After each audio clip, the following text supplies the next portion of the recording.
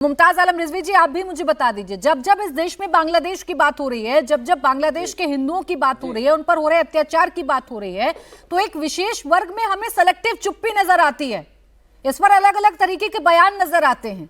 ऐसा क्यों? क्या हिंदुओं पर अत्याचार की बात करना गलत है? नहीं, प्राची जी बहुत बहुत शुक्रिया आपका।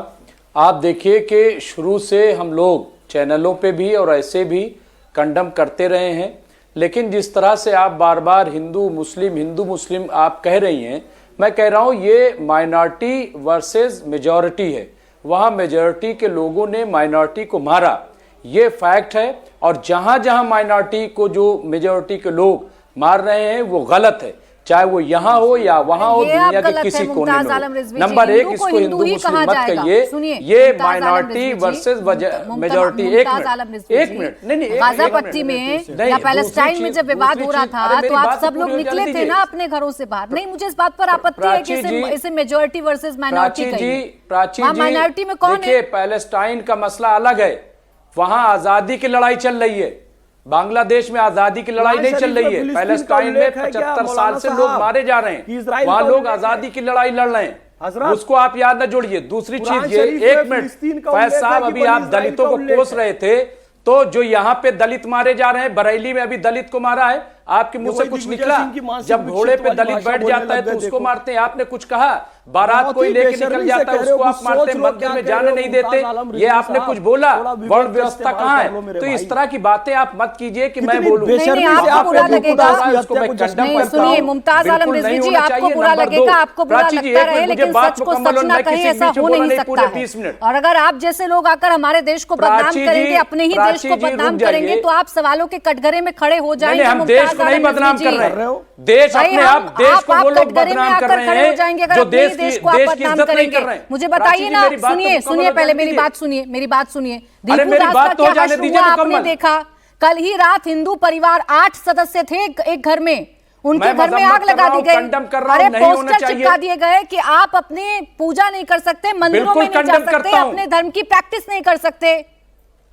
तो ये क्या है? इसे हिंदू वर्सेस मुसलमान क्यों ना कहूं मैं बांग्लादेश में? और मैं कह रही हूँ कट्टरपंथी सोच, मैं कट्टरपंथी सोच की बात कर रही हूँ। और अगर आप इसे मेरे देश से कंपैरिजन करने की कोशिश करेंगे मुमताज आलम रिजवी जी, तो आई एम सॉरी, मैं आपको नहीं बोलने दूंगी। सरकार के साथ है।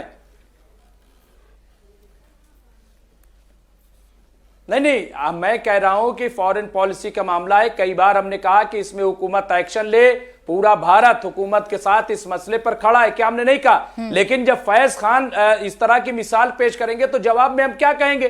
फैज खान ने कहा कि ये जन्नत है, हम भी मान रहे हैं, हम इसीलिए तो कह रहे हैं कि ये जन्नत इसलिए क्योंकि यहाँ संविधान का राज है, लेकिन ये लोग संविधान खत्म करने की बात करते हैं। तुम्हारे दिल की बात आ गई थी जबान पे, बोलो क्या मैंने गलत कहा? मौलाना कौन जिम्मेदार है इसका? भारत को जन्नत कह के गलत कहा क्या? कि हम तो यही कह रहे हैं, जहर भरा था वो बाहर आ ही रहा था, पर रोक लिया ऐसे रहने दीजिए। लेकिन अगर इन लोगों के हाथ में आज से 70-75 साल पहले सत्ता चली जाती तो आज देश का वही हाल होता जो पाकिस्तान और बांग्लादेश का है।